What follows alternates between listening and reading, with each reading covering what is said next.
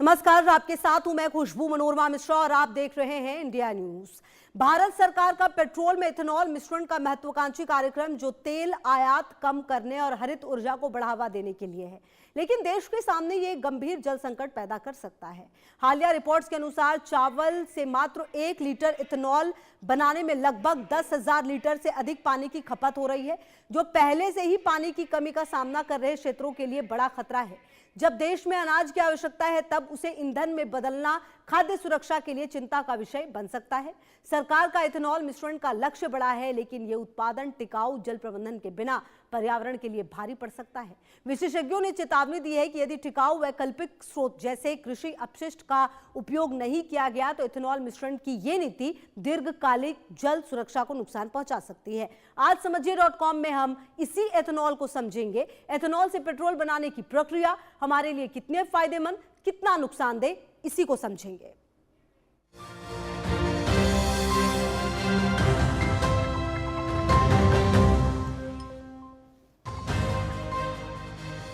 तो एथेनॉल चर्चा में क्यों है, इसे समझिए। क्योंकि आजकल इसका सबसे अधिक उपयोग पेट्रोल के विकल्प के रूप में किया जा रहा है, ताकि प्रदूषण कम हो और कच्चे तेल के आयात पर खर्च होने वाला पैसा बचे।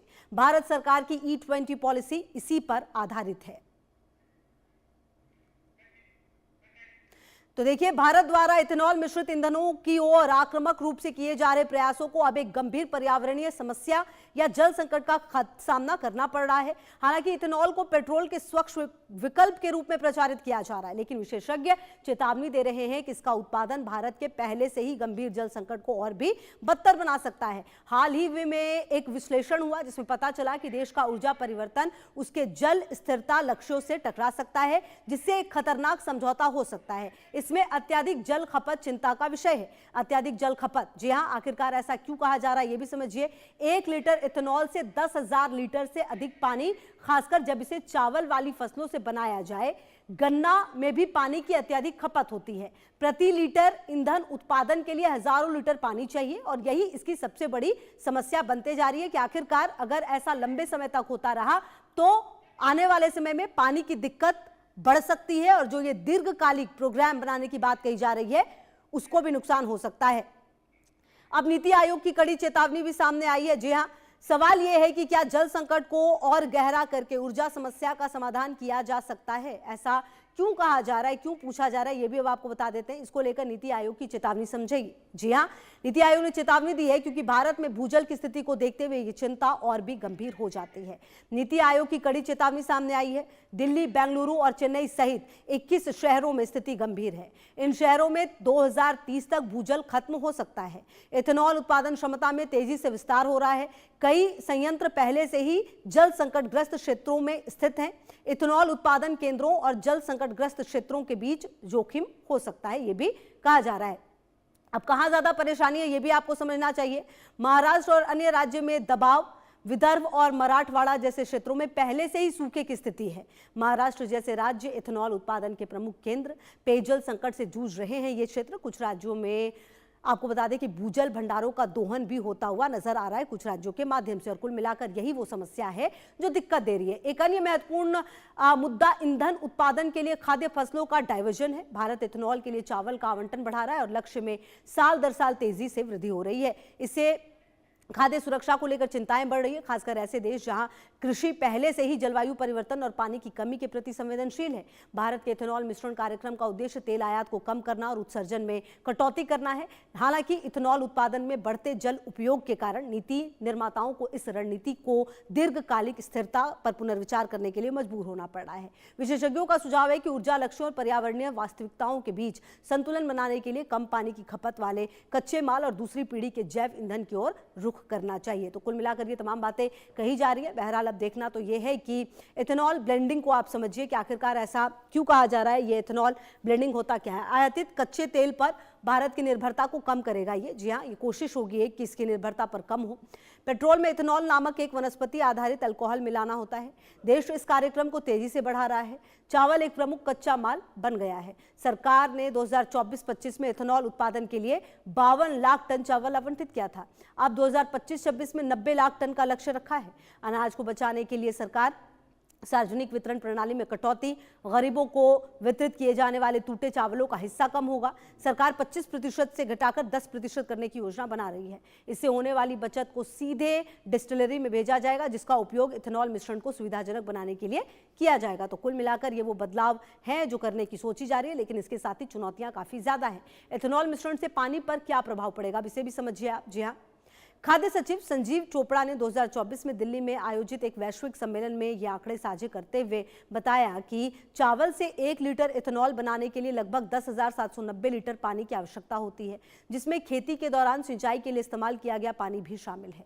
चावल आधारित इथेनॉल में इस्तेमाल होने वाला अधिकांश पानी खेती से आता है, न कि प्रसंस्करण से। 1 किलो चावल उगाने के लिए लगभग 3,000 से 5,000 लीटर पानी की आवश्यकता होती है। लगभग 2.5 से 3 किलो चावल से 1 लीटर इथेनॉल बनता है, जिससे कुल जल उपयोग लगभग 10,000 लीटर से अधिक हो जाता है। तुलनात्मक रूप से 1 लीटर इथेनॉल बनाने के लिए मक्के को लगभग 4,670 लीटर और गन्ने को लगभग 3,630 लीटर पानी की आवश्यकता होती है। रूपांतरण अनुपात स्थिति को भी ये बदतर बना देता है। 1 किलोग्राम चावल उगाने में लगभग 3,000 लीटर पानी लगता है, जबकि 1 टन चावल से केवल 470 लीटर इथेनॉल ही प्राप्त होता है।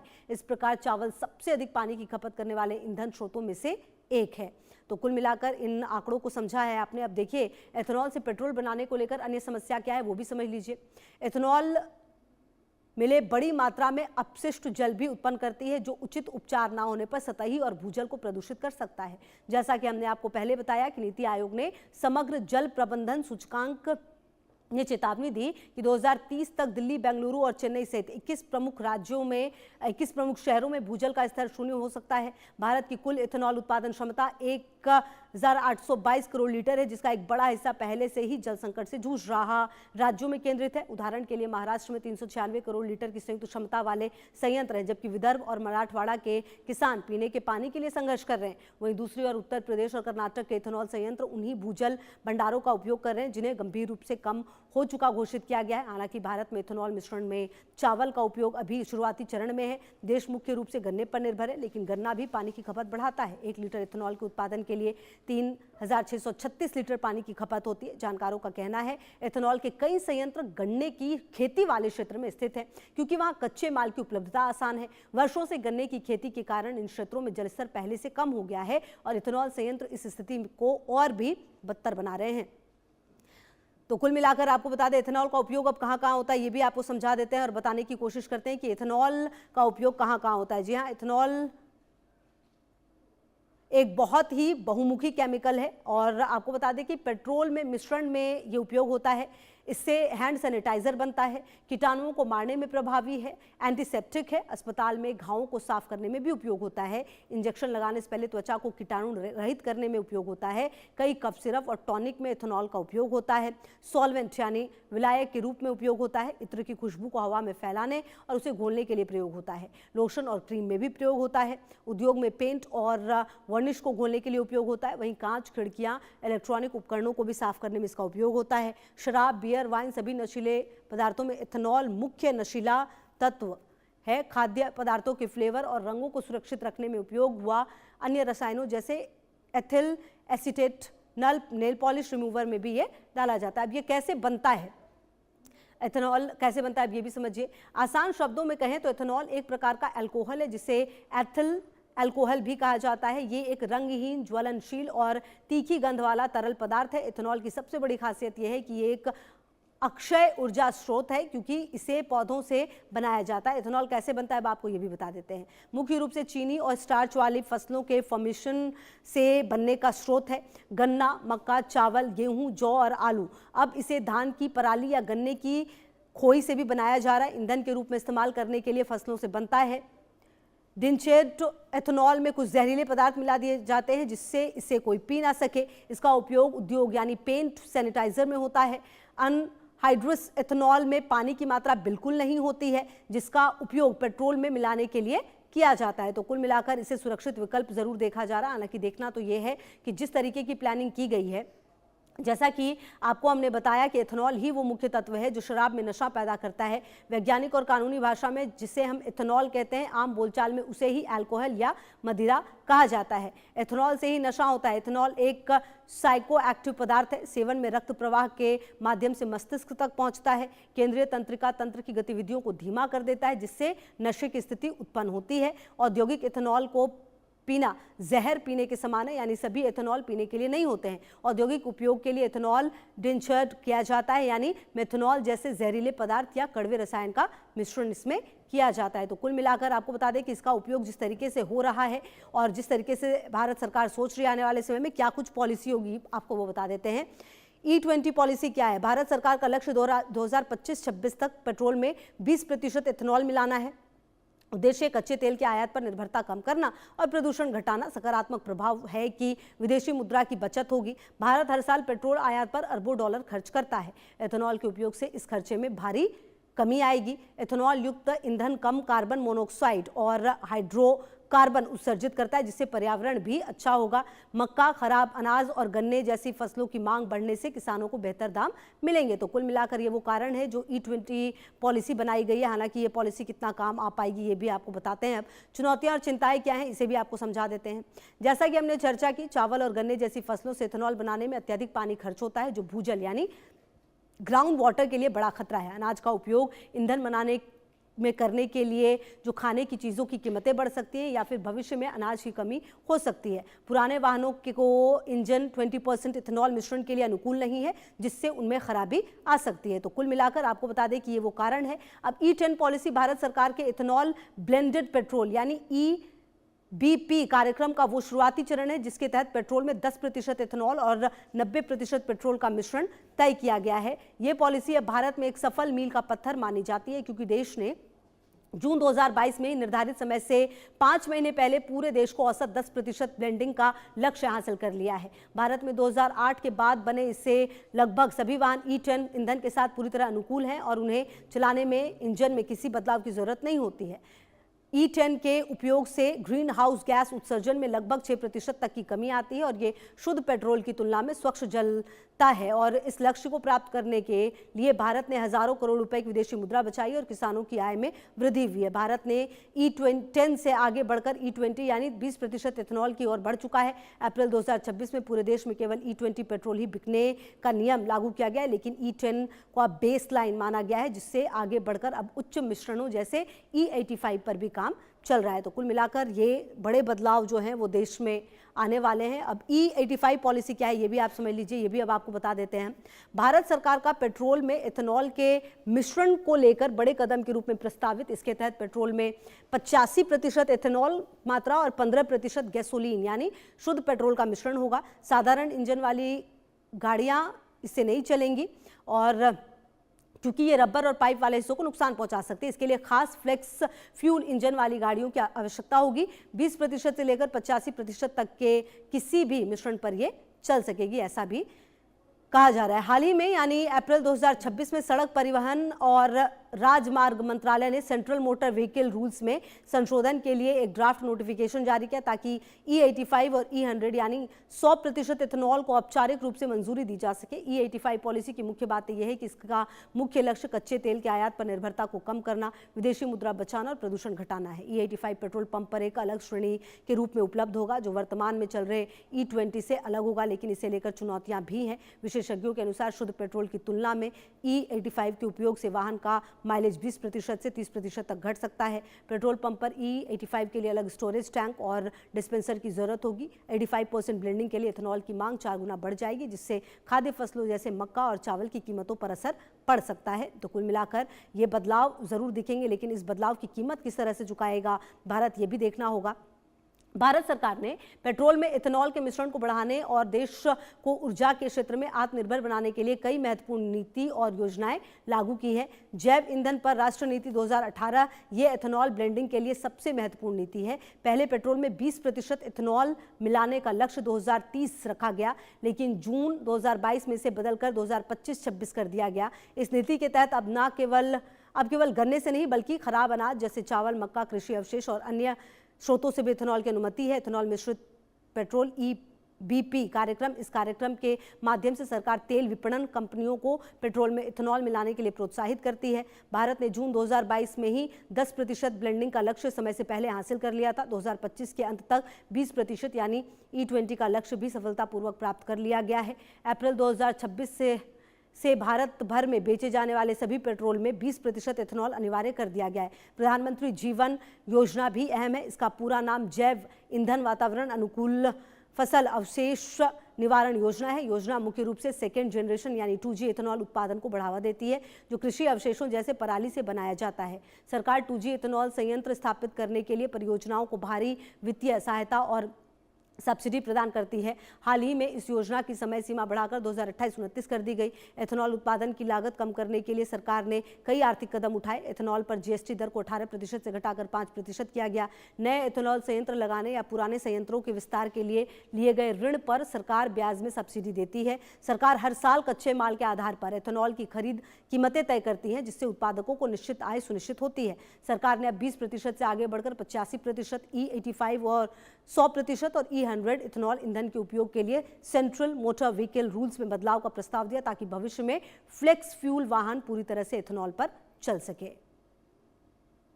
तो सामान्य भाषा में आपको ये बता देते हैं कि पेट्रोल में इथेनॉल का मिश्रण कोई रासायनिक अभिक्रिया नहीं है, बल्कि ये एक भौतिक मिश्रण है। इसे आप दूध में पानी मिलाने जैसा समझ सकते हैं, जहां दोनों तरल पदार्थ एक दूसरे में पूरी तरह से घुल जाते हैं। इथेनॉल की शुद्धता गन्ने या अनाज से बनने वाला एक साधारण इथेनॉल पूरी तरह शुद्ध नहीं होता, उसमें पानी की मात्रा होती है। जी हाँ, पेट्रोल में मिलाने के लिए इसे अनहाइड्रस इथेनॉल में बदला जाता है, जो 99.6% से अधिक शुद्ध होता है। यदि आप इसमें पानी रह जाएगा तो ये पेट्रोल से अलग हो जाएगा और जो इंजन है वो ख़राब कर देगा। एथेनॉल और पेट्रोल को रिफाइनरी में नहीं, बल्कि तेल कंपनियों के डिपो या टर्मिनल पर मिलाया जाता है, जी हाँ, और उसके बाद ही इसे सप्लाई किया जाता है। कुल मिलाकर जो ये पूरी प्रक्रिया है वो की जाती है। तो पेट्रोल और इथेनॉल को अलग अलग पाइपों के जरिए एक ही साथ ट्रक या टैंक में डाला जाता है। पाइप के अंदर होने वाली हलचल से ये आपस में अच्छी तरह मिल जाते हैं। अगर लक्ष्य E20 का है तो 80 लीटर पेट्रोल में 20 लीटर इथेनॉल मिलाया जाता है। स्थिरता के लिए एडिटिव्स की ज़रूरत होती है। इथेनॉल हवा में नमी सोख लेता है और इसे रोकने के लिए इंजन में जंग लगने से बचाने के लिए मिश्रण में कुछ खास केमिकल्स मिलाए जाते हैं। इथेनॉल मिलाने से पेट्रोल की ऑक्टेन रेटिंग बढ़ जाती है, जिससे ईंधन अधिक झटके लिए बिना जलता है। इथेनॉल में पेट्रोल के मुकाबले कम ऊर्जा होती है, इसलिए मिश्रण के बाद वाहन के माइलेज में थोड़ी गिरावट आ सकती है।